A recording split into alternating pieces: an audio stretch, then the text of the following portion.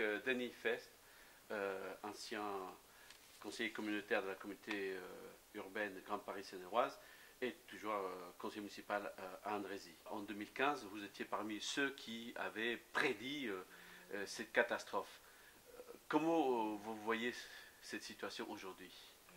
Alors, c'est compliqué de corriger le passé, même si les décisions et les responsabilités, notamment de certains élus de notre territoire, qui ont poussé à la création de cette énorme communauté urbaine, puisqu'on dit aujourd'hui que c'est la communauté urbaine la plus grande de France en taille, enfin en nombre d'habitants surtout, et ils ont poussé à créer cette nouvelle intercommunalité en d'une part votant une loi qui a imposé des intercommunalités à 200 000 habitants en seconde couronne d'Île-de-France.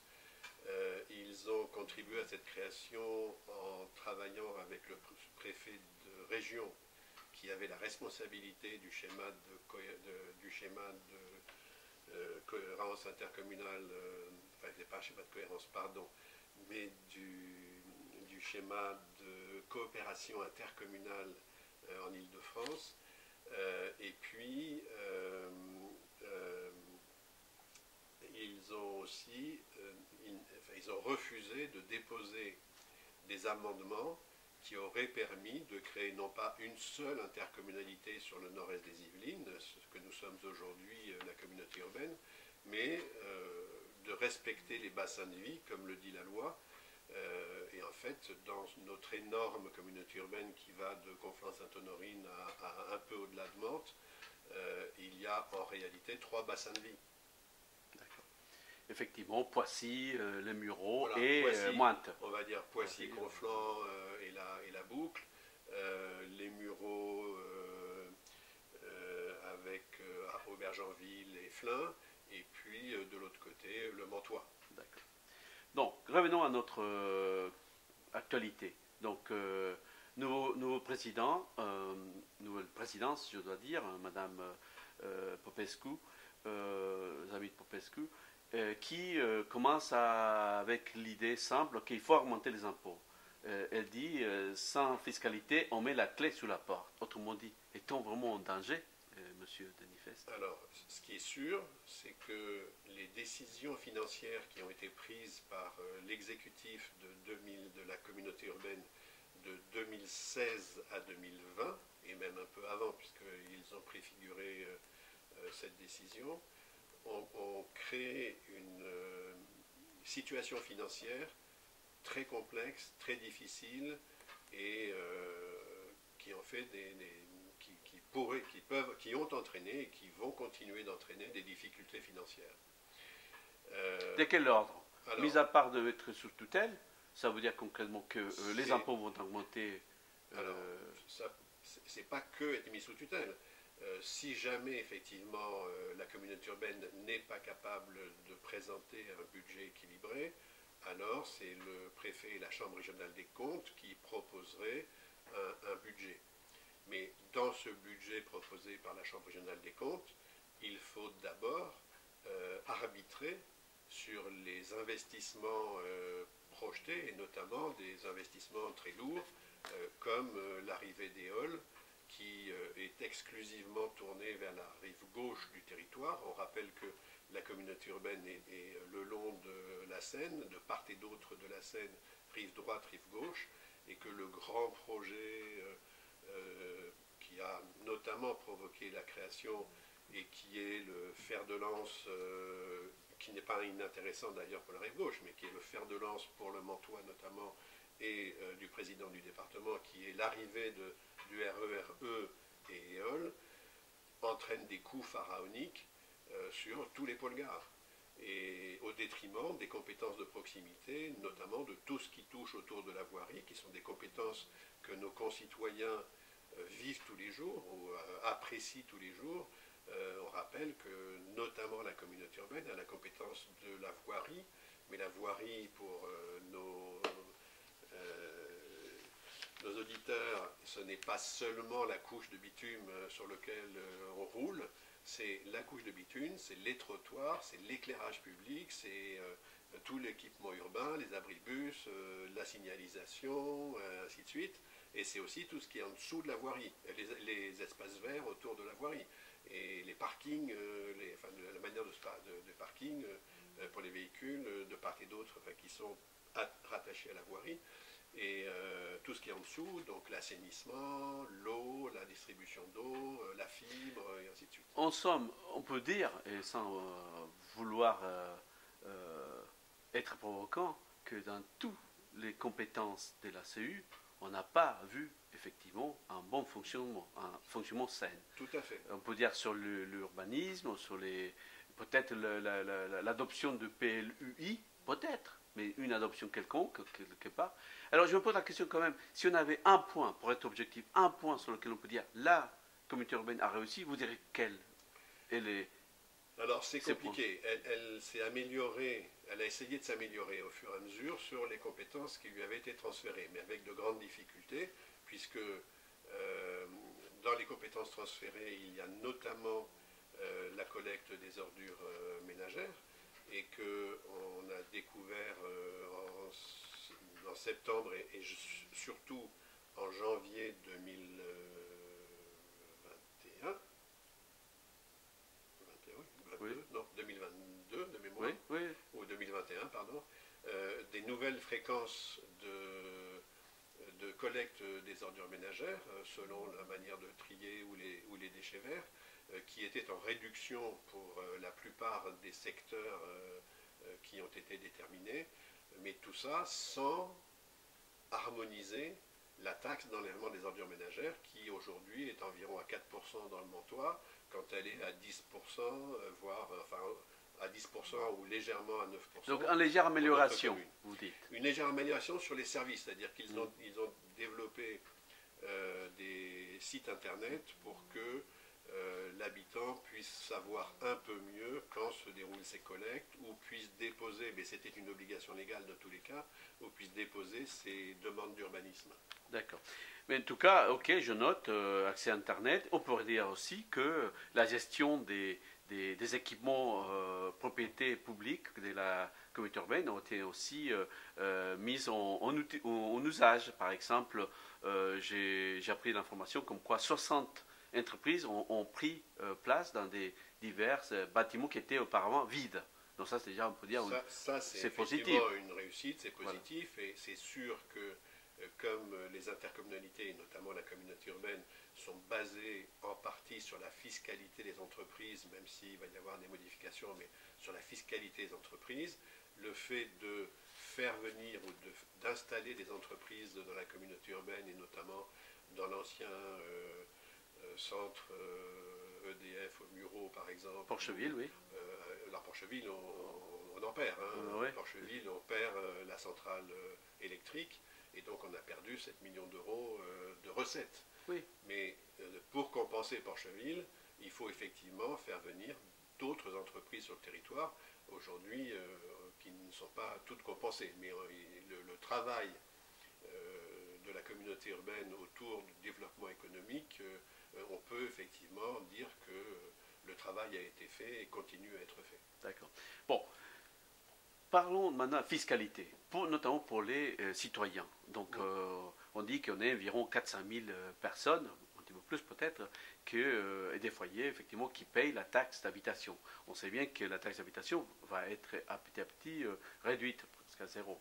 Et selon vous, comment va-t-on pouvoir s'en sortir? Autrement dit,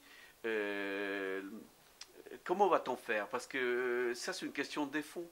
Une communauté urbaine implique un projet des territoires. Or, pendant des mois et des mois, on l'a toujours dit, et on soutient l'idée qu'il n'y a pas encore un projet des territoires.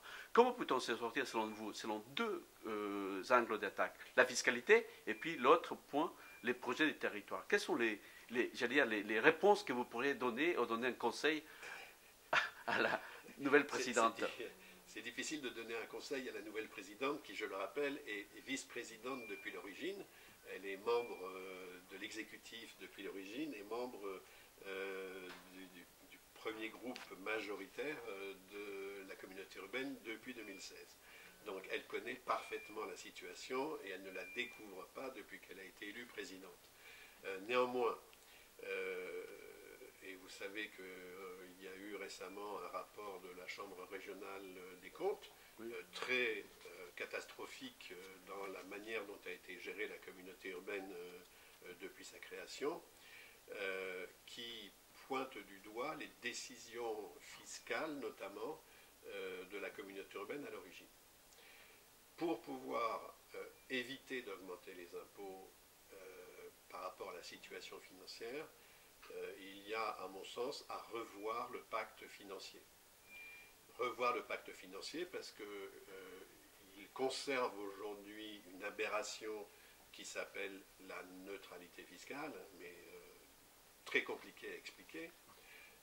Mais néanmoins, aujourd'hui, la décision qu'a prise cette communauté urbaine en 2019 et qu'ils ont, entre guillemets, validée en février 2021, c'est de conserver une espèce, enfin, l'ancienne neutralité fiscale, mais limitée à certaines communes, ou en tout cas écrêtée pour certaines communes.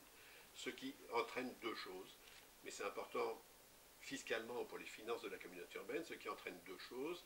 La première, c'est que ça crée, avec cette nouvelle neutralité fiscale, une dépense annuelle de 2,5 millions tous les ans, qui doit, si on revoit ça, être évité absolument, puisque les transferts entre les communes et les intercos doivent être neutres financièrement. Ça, c'est un point très important. Donc vous dites qu'il faut élever cette épée Damoclès. Il faut enlever cette dépense qu'ils ont acceptée aujourd'hui et faire en sorte que ces 2,5 millions deviennent zéro dans les quelques années à venir.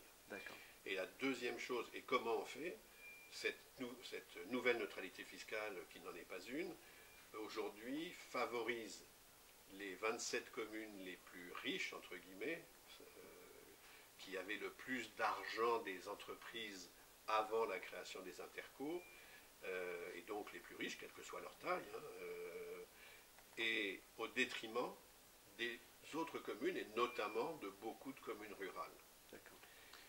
Là, tu as bien compris. Donc, vous voulez vraiment une nouvelle pacte fiscal, architecture fiscale. Une nouvelle architecture financière et fiscale, plus juste, plus équilibrée, où, entre guillemets, les plus riches feront un effort pour compenser les plus pauvres. On peut dire aussi que le rapport de la Chambre régionale des comptes dit très clairement que la dotation de solidarité communautaire, qui est une manière d'équilibrer les finances entre les communes les plus riches et les communes les plus pauvres, et a été créée parce que la loi l'oblige, mais qu'elle est indigente aujourd'hui.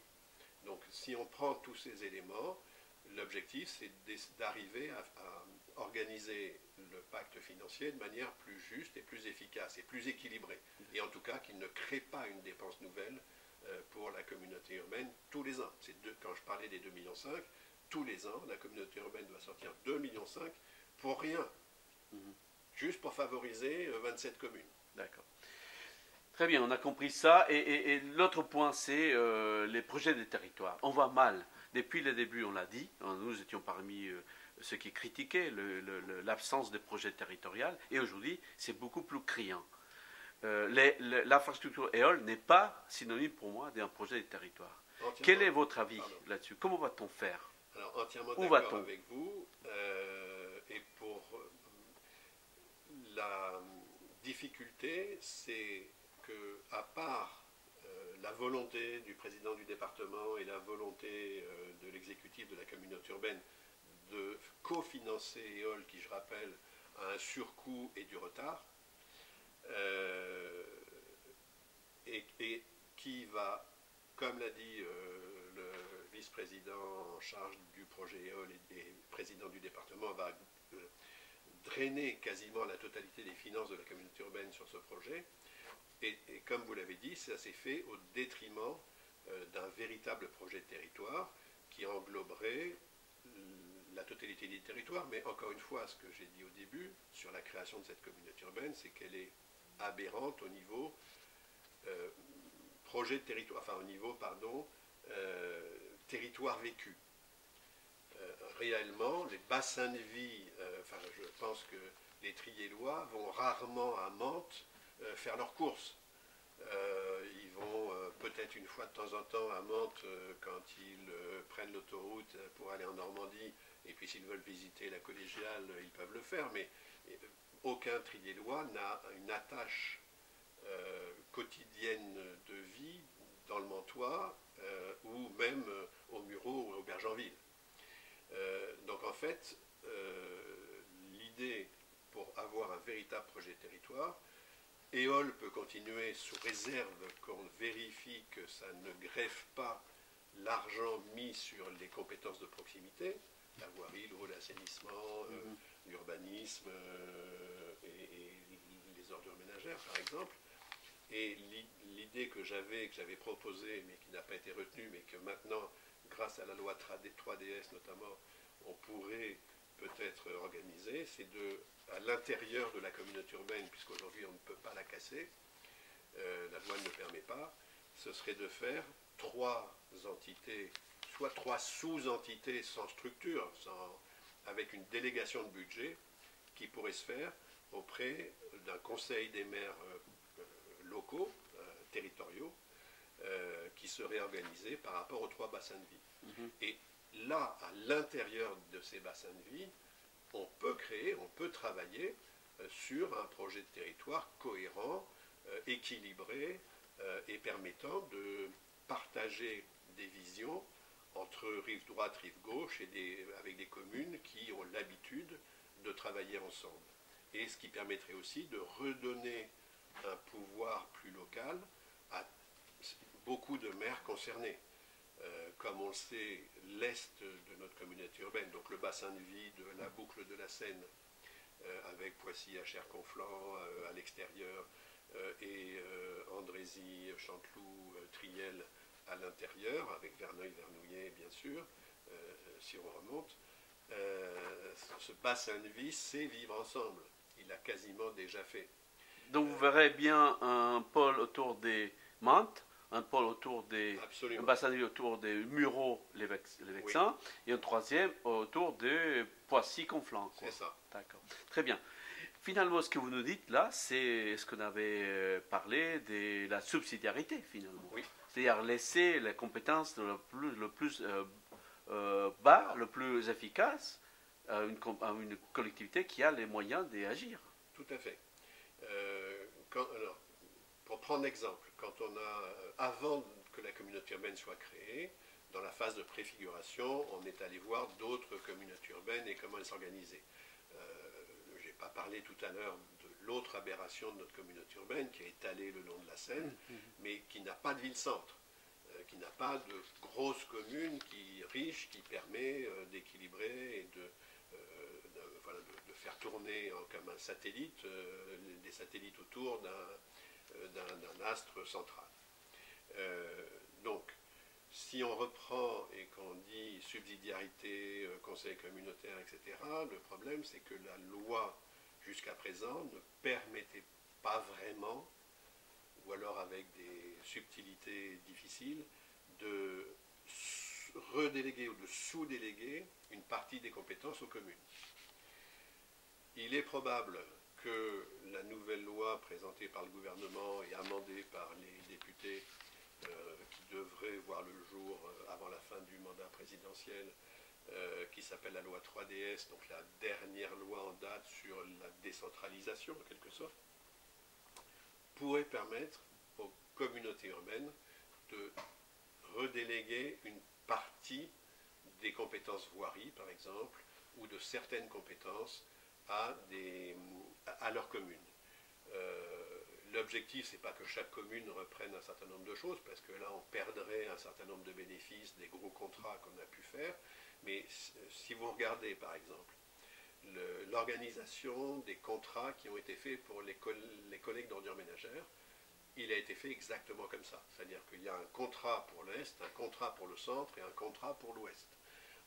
Si on poursuit ce raisonnement un peu au-delà, mais en respectant ces 3 contrats, on peut alors organiser ces 3 bassins de vie, travailler sur un projet de territoire autour de ces 3 bassins de vie, et en collaboration, ces 3 bassins de vie peuvent, eux, garder au niveau au-dessus le projet éole, des projets autour de la Seine ou des projets plus structurants qui pourraient permettre de faire travailler ces 3 sous-entités, mais pour ça, aujourd'hui en tout cas, sans créer une sous-intercommunalité avec de nouveau des pouvoirs... Sans casser sans casser l'outil la communauté urbaine. Quoi. Oui. Pour terminer, et pour terminer sur ces points, soyons positifs, qu'est-ce que peuvent faire les citoyens, les lecteurs des mains?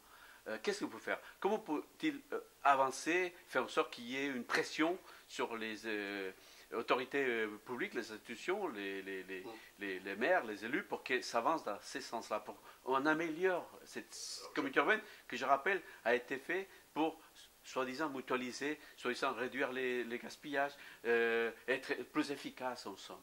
Comment peut-on faire en tant qu'électeur? À mon sens, il faut que les électeurs de chaque ville, alors qui peuvent se regrouper... Quelle que soit la taille. Quelle que soit la taille, qui peuvent se regrouper autour des bassins de vie, interpellent leurs conseillers communautaires.